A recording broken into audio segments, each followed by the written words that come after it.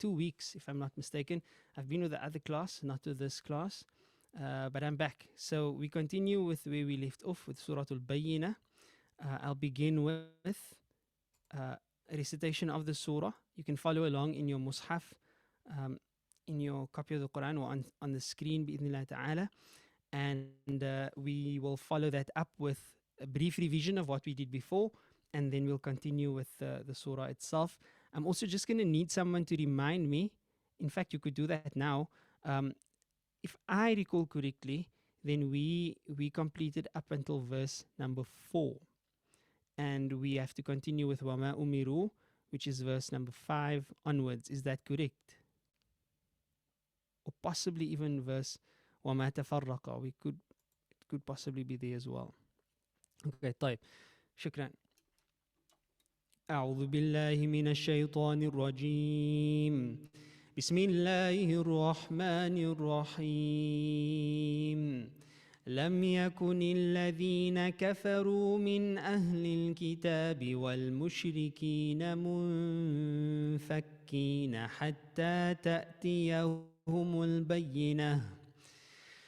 رسول من الله يتلو صحفا مطهرة فيها كتب قيمة وما تفرق الذين أوتوا الكتاب إلا من بعد ما جاءتهم البينة وما أمروا إلا ليعبدوا الله مخلصين له الدين حنفاء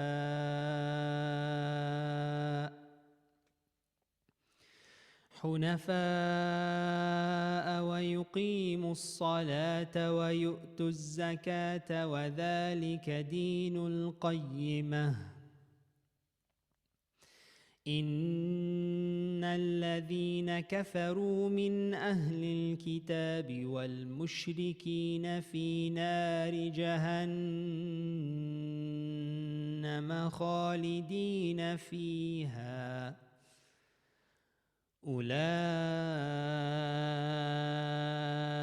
هم شر البرية. إن الذين آمنوا وعملوا الصالحات أولئك هم خير البرية. جزاؤهم عند ربهم جنات عدن تجري من تحتها الأنهار خالدين فيها أبدا رضي الله عنهم ورضوا عنه ذلك لمن خشي ربه. صدق الله مولانا العظيم. Subhanallah, what a beautiful surah this is. Surah Bayyinah. A quick revision of what we did so that we're all in the same place and context. The name of the surah, Surah Bayyinah, without looking in your mushaf, without looking in your notes, who can remember what the name of the surah means? Surah Bayyinah. What is Bayyinah?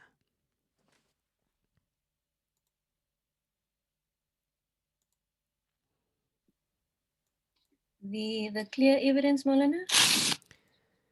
The clear evidence. Brother Tawfiq says my volume is a bit low. Is my volume low? It's clear from my side, Maulana. Yes, Maulana. So somebody says it's clear, somebody else said yes. Okay, Brother Tawfiq, maybe just check the volume on your side, min fadlikum. And let me know if it improves. If not, then I'll try to make an adjustment on my side as well, inshallah. The clear signs, the clear evidence. Excellent. Okay, next question. Is this a surah Makkiyah or surah Madaniyah?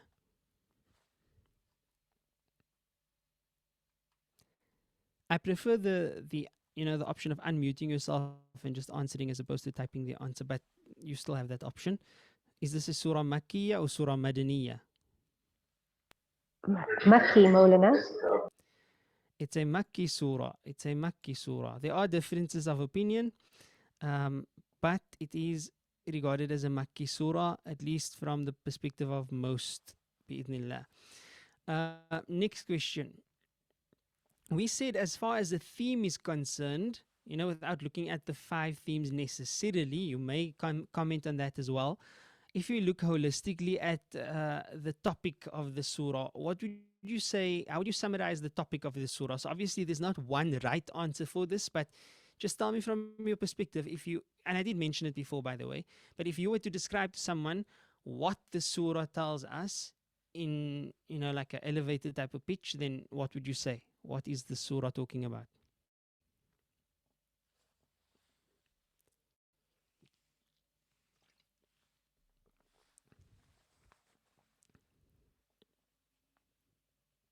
Anyone?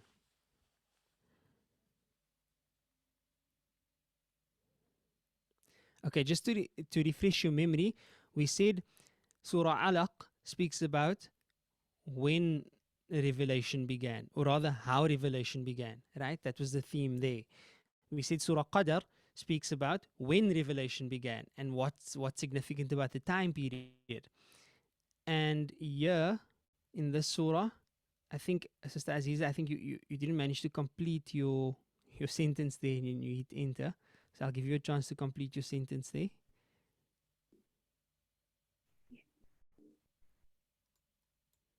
Surah is the crux of revelation. Yes, the surah is the crux of revelation. In other words, it gives you the basic gist of the message of the Quran. Excellent. So Surah Al-Bayyinah tells us, in a way, it's like a summary of the Quran, right? So let's just look at what we've covered so far. لم يكن الذين كفروا, those who disbelieve, من أهل الكتاب, of the people of the book, والمشركين, and the polytheists, منفكين, لم يكن منفكين. That's the way the structure should be looked at from a translation perspective and from a grammatical perspective. منفكين and لم يكن goes together. So they were not going to desist from what? From their kufr, from their disbelief, from their shirk. حتى تأتيهم البينة, until a clear sign came to them. In other words, there's not going to be this division of who's right and who's wrong and who's good and who's bad until the clear evidence and the clear sign comes to them. What is this Bayyinah? And basically the sifa or the description of this Bayyinah comes in the form of رَسُولٌ مِّنَ اللَّهِ يَتْلُو صُحُفًا مُطَهَّرًا, a messenger from God reciting the clear book, the mutahhara book, meaning the pure book, the pure scrolls, reciting the Quran. So this refers to Nabi Muhammad sallallahu alaihi wasallam reciting the Quran, bringing revelation. And together, this is the clear sign. This is the evidence, right? So it's not just Quran, it's not just Rasulullah sallallahu alaihi wasallam, but it's that whole combination. It's the Prophet sallallahu alaihi wasallam reciting the Quran, which is clear, upright guidance. Then Allah Ta'ala tells us more specifically, فِيهَا كُتُبٌ قَيِّمَةٌ. In it, there are upright laws. That's one valid translation, upright laws. Another one would be upright writings, right? They are upright writings, meaning by upright we mean correct, absolutely on the straight and narrow, no crookedness found therein, no lies found therein, no incorrect statements found therein. The next verse, وَمَا تَفَرَّقَ الَّذِينَ أُوتُوا الْكِتَابَ إِلَّا مِنْ بَعْدِ مَا جَاءَتْهُمُ الْبَيِّنَةُ. So, you can understand in this almost like in parentheses, right? Similarly, وَمَا تَفَرَّقَ الَّذِينَ أُوتُوا الْكِتَابَ, those who had been given the book. Now, when the Quran speaks about those who had been given the book, generally speaking, who is it referring to? Who are the Ahlul Kitab? Yahud and Nasara. Yahud and Nasara. The Yahud and the Nasara. So listen to what this verse is saying. And then in light of what we discussed previously, I want you to try and tell me what this means without looking in your notes.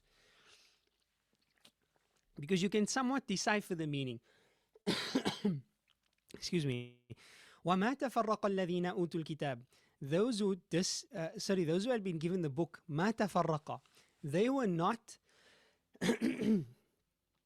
pardon, they were not distinguished, meaning they were not separated from one another, right?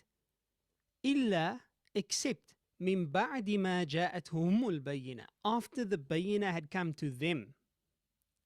Okay? Actually, this is not something you can decipher. But since we're in a classroom environment, let's see how far you get. What do you think this means?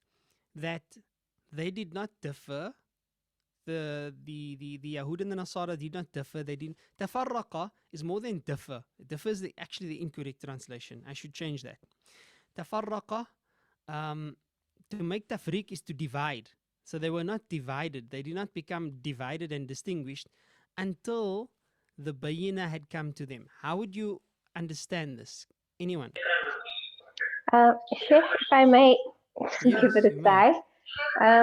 My understanding is that so they went along living their lives according to what the previous prophets came and shared with them. So they were following on this path. And then when the Bayyinah came, some of them who were the true believers followed the message of Rasulullah sallallahu alaihi wasallam, and some of them denied it, and that was how they were separated.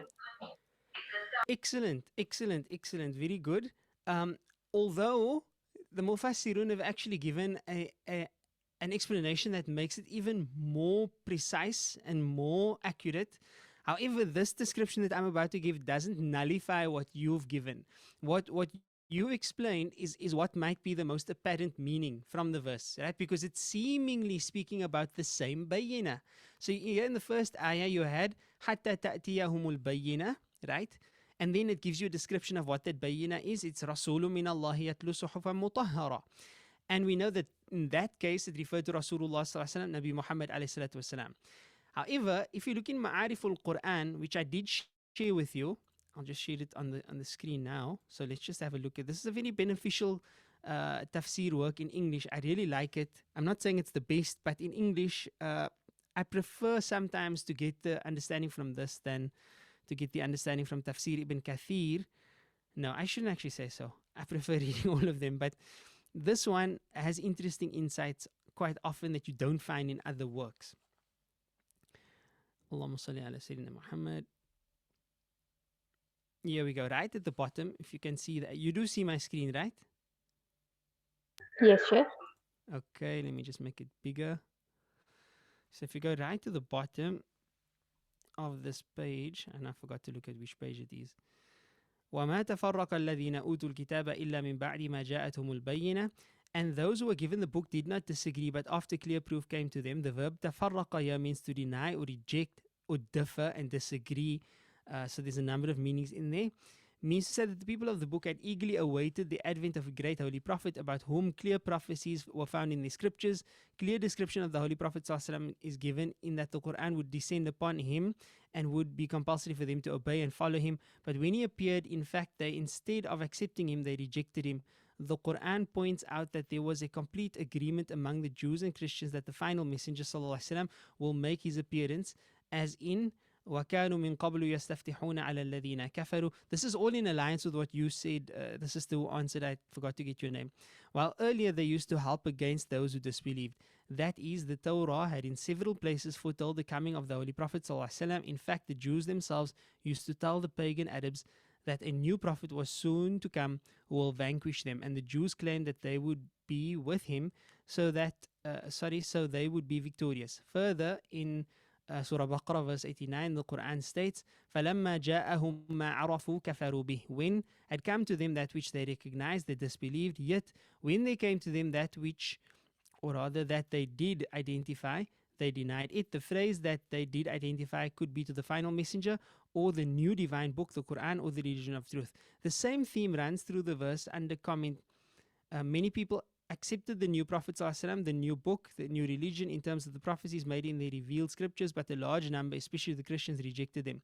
It is, you know what, I think as I'm reading this, I'm starting to realize this is not where I got that information from. It was from Ibn Ashur, and this is where I got this discussion from.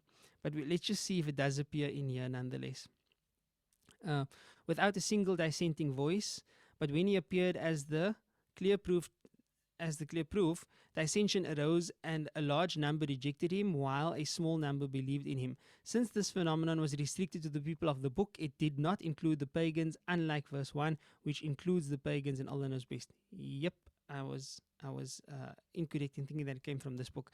So the sister who answered, your explanation is 100% that which comes from here.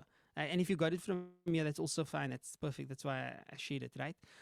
But there's another explanation that I found quite interesting, because it gives us a different perspective. And if I referred to Ibn Ashur, and I looked at this book, and I looked at Ibn Kathir. So in all likelihood, I got it from Ibn Ashur, not from Ibn Kathir.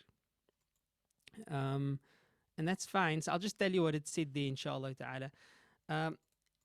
Ibn Ashur identified that the first Bayyinah is not the same as the second Bayyinah.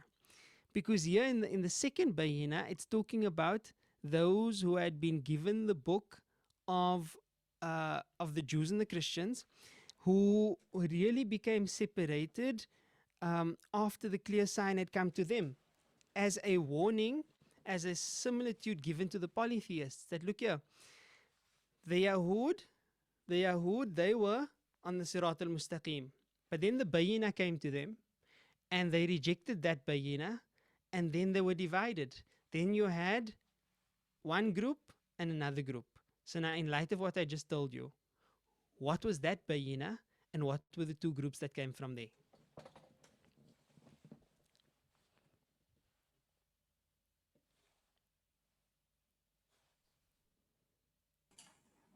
Could this allude to the Prophet ﷺ specifically, his prophethood? So the previous one, the first Bayyinah, look, yes, it is. We've already established that that's the one meaning. Okay. Right? So now I'm wanting to go into the second meaning that I'm telling you about. In light of the second meaning, the Yahud were given a Bayyinah. But based on that Bayyinah's coming, some of them accepted it and some of them rejected it. And thus they became two groups. So they also became divided once the truth had come to them. So what was that Bayyinah? If it's not the Prophet ﷺ, then when was a division created among them? No, wouldn't it be the Nabi Isa, alayhi Nabi- salam. That's right. Nabi Isa. So now look at how this makes perfect sense, right? So now polytheists, the mushrikun, listen, Rasulullah ﷺ is coming to you. Now the truth has become manifest. Some groups go this way, some groups go that way. It's your choice. But don't be heedless of the fact that this happened before. You had the Bani Israel, you had the Yahud. Allah Ta'ala sent them various prophets. And at each different point in a prophet's coming, that was then the truth. And what you do with that truth either makes you a believer or a non-believer. Right? So Nabi Isa alayhi salatu wasalam came, and he's the Bayyinah, because he's Rasulun min Allahi yatlu suhufan mutahhara, just for a different time and for the different people. So those who accepted him, okay, today they call themselves Nasara, right, the Christians, but we know that technically they were followers of Nabi Isa alayhi salatu wasalam. Okay, this is going to lead me to a very important discussion in da'wah and in aqidah, which I'll inshallah have time for. But then you had the Yahud and then the Nasara. So division was only created once the truth became manifest. And again, this takes us back to that discussion of, so it's like, do you see disunity coming about when the truth is revealed? But don't ever think that unity is more important than the truth. This is a mistake we often make in our communities and around the world. In the name of unity, we want to say, don't speak about this and don't speak about that. Let's rather be united. But unity is not always given precedence over the truth. I mean, these are clear instances, right? Would you have said, no, let the people rather just be, on dalala and astray and not send the messenger, because when the messenger comes with the truth, then people are actually going to be divided into disbeliever and believer. So that's an interesting one there, because it's kind of counterintuitive. So I just thought I'd inform you about that interpretation as well, because it made perfect sense and it fits perfectly. And when it comes to the Quran, as long as the interpretation is not just thumb sucking, right? It's not just you making up your own thing, right? It comes from either the Quran itself, or it comes from a hadith, right? Sometimes not the most authentic of our hadith, but it comes from hadith nonetheless. Or if it is from an analogy, meaning you use reason, but it's sound reason, or it just comes from the opinion of a mufassir, it would be a considered opinion, right? As long as it doesn't contradict anything in deen or goes against a particular law, it would be a considered opinion. It's not necessarily going to be the most prevalent, the most prominent opinion, but it will still be considered. So the Quran is neither so restrictive that no one can have an interpretation, right? Unless you're like a super duper alim, but nor is it so open access that anyone with the translation Quran can also offer the interpretation, right? I really love that about the Mus'haf, because with the little bit of knowledge that I have, if I come across a meaning in my thinking, tadabbur, tafakkur about the Quran, and it falls within a certain parameter of, being in accordance with the revelation, not going against any laws of Islam, and so on and so forth, I may find a suitably valid opinion. It may not be the best of opinions or the most authoritative of opinions, but it will still be valid with those conditions. So that was something that I thought I'd mention there.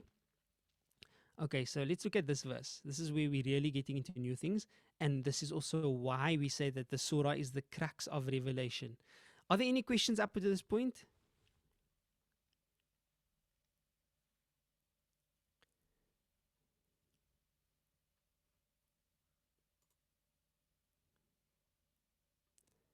Abbas, I see you in the class. Good to see you. Good to have you here with us. Hope you're doing much better, inshallah. Maulana, shukran. Yes, feeling much better. طيب, okay, so this next verse is kind of like the heart of the surah, which we said is the crux of revelation. And it's interesting because I'm busy preparing. I have this online course that I'm running currently, Purification of the Soul towards preparing for Ramadan. And my lesson tomorrow night is based on this following verse. And it just so happens to coincide that this lesson is now based on this as well.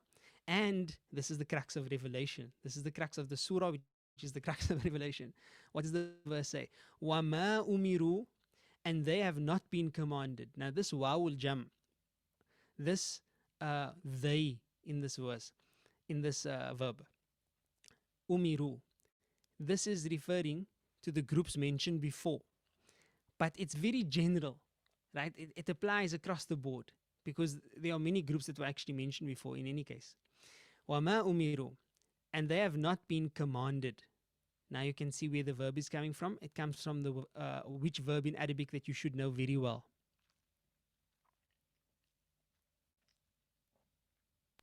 Amr. Amr, that's right. Amara ya'muru, umira yu'maru. Amara ya'muru, umira yu'maru. Umira, umira, umiru. Wama umiru, and they were not commanded. Illa, except. So this is a very emphatic statement, and it should be familiar with all of us. La ilaha illallah. It's a way of emphasizing something by negating all possibilities and leaving only one. Okay? Instead of just saying there is one God, there's the statement that says there's no God except the one God.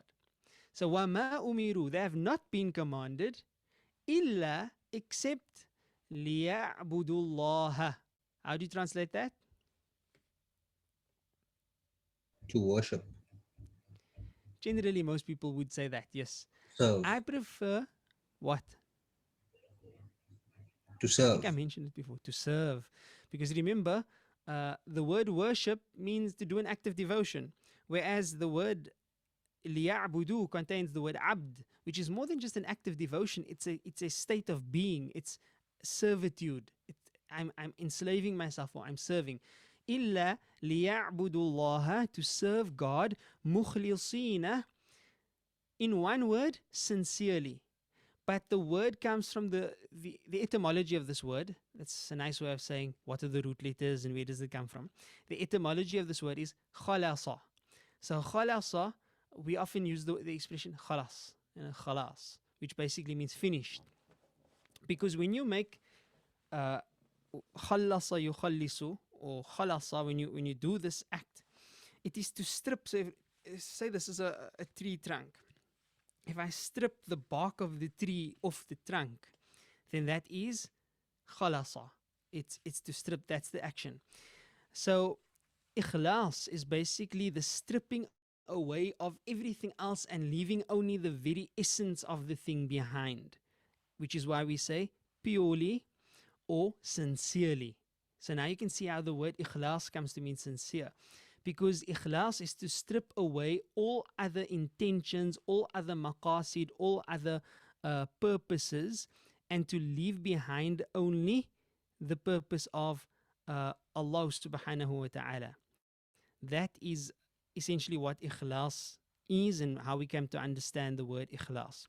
So they have not been commanded except to serve Allah mukhlisina, sincerely, lahuddina, for him is ad-deen. For him is ad-deen. How do we understand this? For him is ad-deen.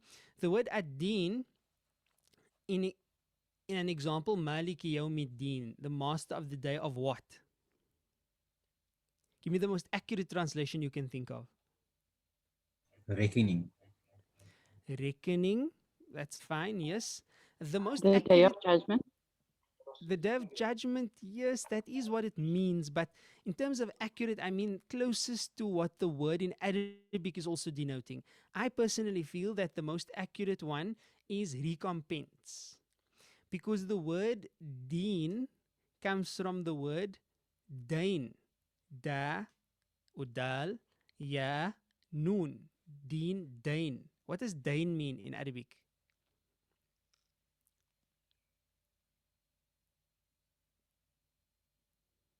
Anyone? Yeah, the longest verse in the Quran is about dain. That's a clue. إذا تداينتم بدين إلى أجل مسمى. Debt. That's right. Debt. So the way we understand deen is it is a pact or an agreement between us and Allah. Allah tasked us with ibadah to Him alone, and in return He will grant us salvation from Jahannam, and He will grant us entry into Jannah. We have agreed to take Allah as our Rabb and Allah alone as our Rabb and to serve Him. And as a recompense for that, we will get salvation from Jahannam and we will get entry into Jannah. So that's the dain, the agreement, the pact between us and Allah. Alastu bi rabbikum qalu bala. So that pact is a dain. It's a form of a debt or a recompense. So the day of deen is the day of dain, right? It's the day of judgment. It is the day when the recompense will take place, right? When the pact will be fulfilled. So that's like a deep look at the word ad-deen. The next word, hunafa'a, from the word hanif. For somebody to be hanif, like Ibrahim hanifa. And we said in our salah as well, inna salati wa nusuki wa mahyaya wa mamati lillahi rabbil alameen. Now, how does it go? كبيرة والحمد لله كثيرة وسبحان الله بكرة وأصيلا إني وجهت وجهي للذي فطر السماوات والأرض حنيفا. I've turned my face in the direction of the one who created the heavens and the earth. Hanifa. What does this word hanif mean? And the plural being hunafa. What does it mean? Without looking in your books, if you know it, just say. If you don't know it, then I'll carry on. Okay. No takers yet? Yes? Upright. Upright, as a simple translation, can work, yes. But very specifically, Hanif means one who inclines towards belief in one Allah, the true Allah, and only Allah, and disinclines or inclines away from any false belief, any false God. That is a hal, it is a state of being. So Nabi Ibrahim ﷺ was like very powerful on this. You often find it being translated as monotheism, right? Monotheism. So for that reason, what does monotheism mean? Mono, one, theism, godness, right? So one godness. It's a fine translation. And here you might find it translated as that as well. I'll check what the translation says in a moment. So they have not been commanded except to serve Allah, mukhlisina, absolutely purely only Allah, no other intentions, no other motives except Allah. Lahuddin, devotion being or recompense, the agreement being with Him alone. Hunafa'a, monotheistically, in other words, inclining to Him alone, not inclining to anyone or anything else. وَيُقِيمُ الصَّلَاةِ, and they were commanded to establish prayer, right? Aqama yuqimu, that's in the bab that you just learned now a moment ago. Aqwama yuqwimu, aqama yuqimu. So that's the fourth bab. Aqwama yuqwimu becomes aqama yuqimu. Wa yuqimu salata, and to establish the prayer, because you don't just make salah, it's an establishment in your life. It's something that, it happens regardless of what the circumstances are. Wa yu'tu zakata, and to give the zakah.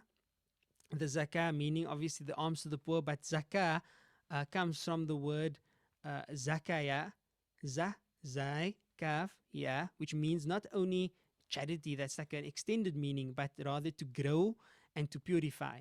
So they give zakah, meaning they give what is owed from them. وَذَلِكَ دِينُ الْقَيِّمَةِ, and that is the upright deen. That is the agreement. That is the recompense that we are in agreement of with Allah subhanahu wa ta'ala.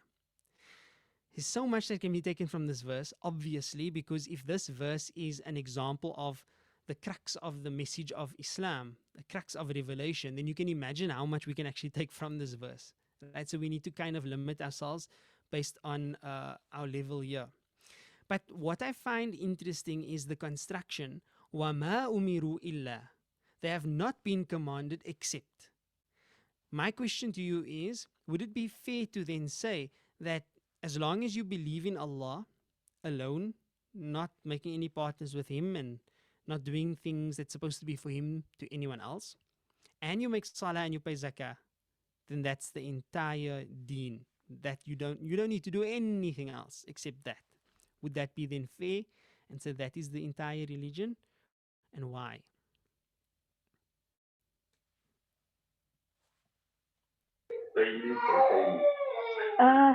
Sheikh, I almost think yes, and only because with that comes a certain discomposition of a being, because when you're in that state, you would almost comply with everything else that is required. I mean, somebody who is in that state would necessarily not do things that are prohibited, and when you follow that straight upright religion, everything else will fall in place, because you're doing this with sincerity and with the hunafa that you spoke of.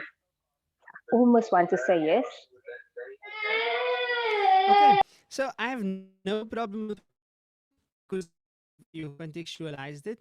In a sense, yes, this is it. This is deen. Deen is as simple as this. But from a different perspective, you will say, no, you don't understand it literally, like you only need to do these three things and then that's it, right? Mulana, So, yes, Bismillah.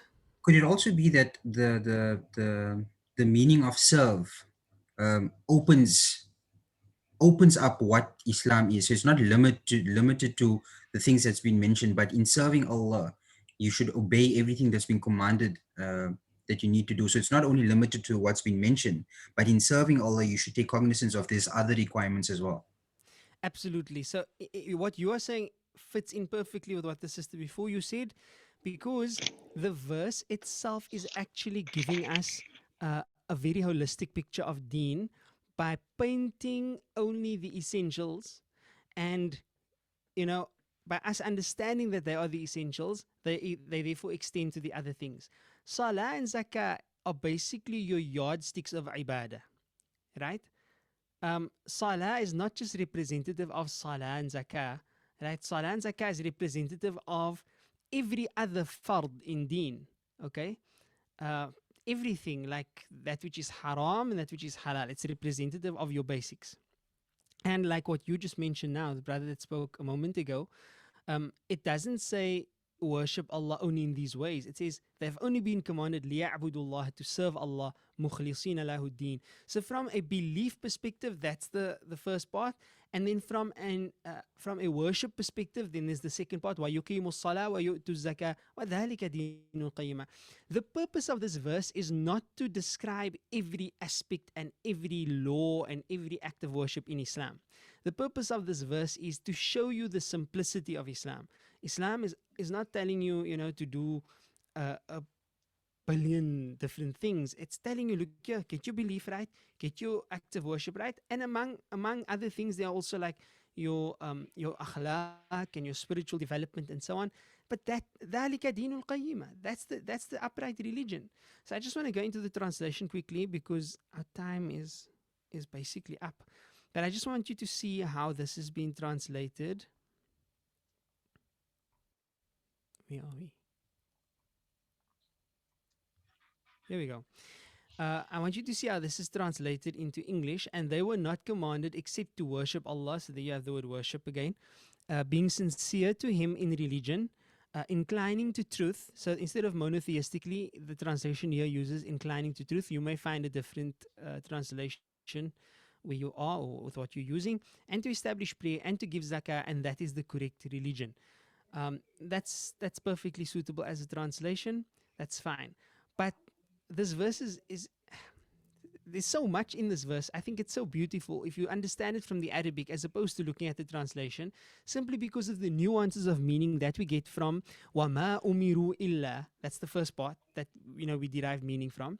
Then we looked at لِيَعْبُدُوا اللَّهَ. We looked at the word ibadah and what that really means. It's not just a couple of acts of devotion. It's a state of being. I am for Allah. I live for Allah. My life is for Allah. That's what we must be feeling. That's what we must be thinking. I'm a slave for Allah.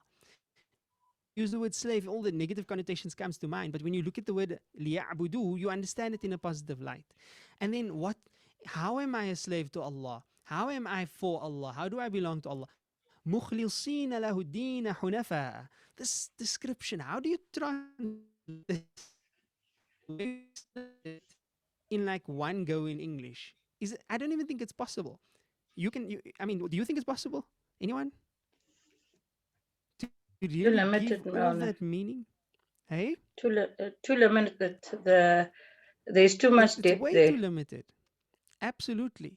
So this is the look, we can't put translations down because many people have to rely on translations, but look at how much more meaning we get from the Arabic. The word mukhlisin, it means sincerely, but there's a way in which that word came to mean sincerely. Looking at the etymology, right? Khalasa, when a piece of tree trunk is stripped down until you're left with nothing but the absolute pristine wood, subhanallah, that is how you get to ikhlas. Lahuddin, for him is this agreement that we have, right? It's for him alone. Hunafa'a, it's not just monotheistically, but that whole act of inclining to Allah and away from everything else. وَيُقِيمُ الصَّلَاةَ, establishing salah, وَيُؤْتُ الزَّكَاةَ, giving zakah, وَذَلِكَ دِينُ الْقَيِّمَةِ, and this is the essence of the upright deen. Subhanallah. Now, so this surah highlighted for us the Bayyinah. That was very important. رَسُولٌ مِّنَ اللَّهِ يَتْلُو صُحُفًا مُطَهَّرًا. It taught us the effects of the Bayyinah right from the very beginning. It taught us that you will be distinguished with this Bayyinah.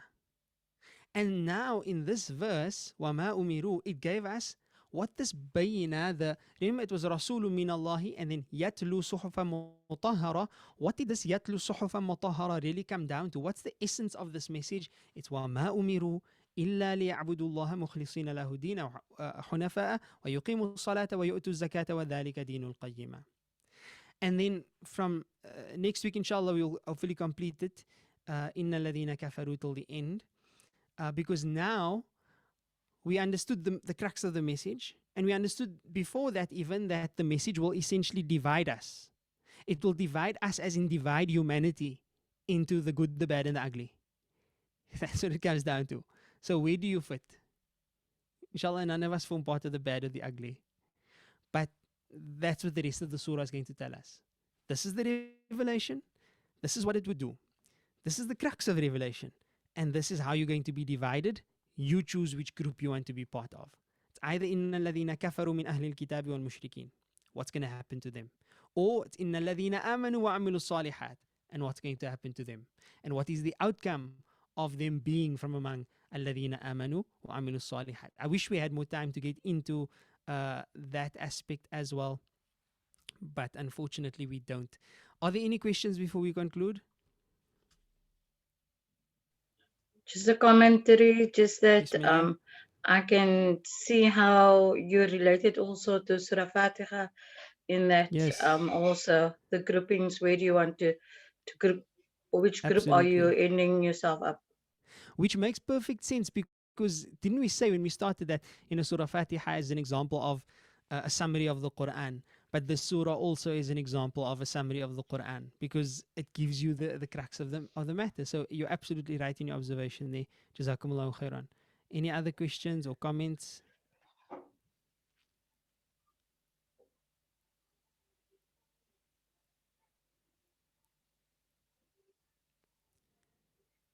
No.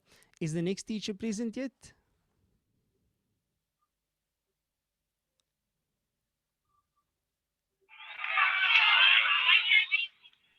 It's again Maulana Zakaria. Okay. So Yeah. We are leaving here now, Maulana. Oh, I see. Okay. So you're going to be joining the other class now, isn't it so? Yes. Okay, Jazakumullah khairan.